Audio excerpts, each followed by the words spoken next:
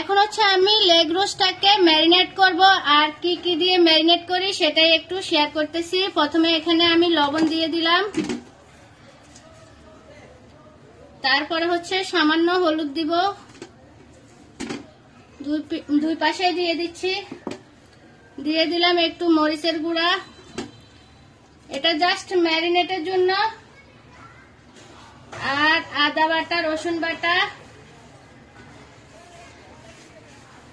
আর একটুখানি হচ্ছে পেঁয়াজ বাটা আর কাঁচামরিচ বাটা।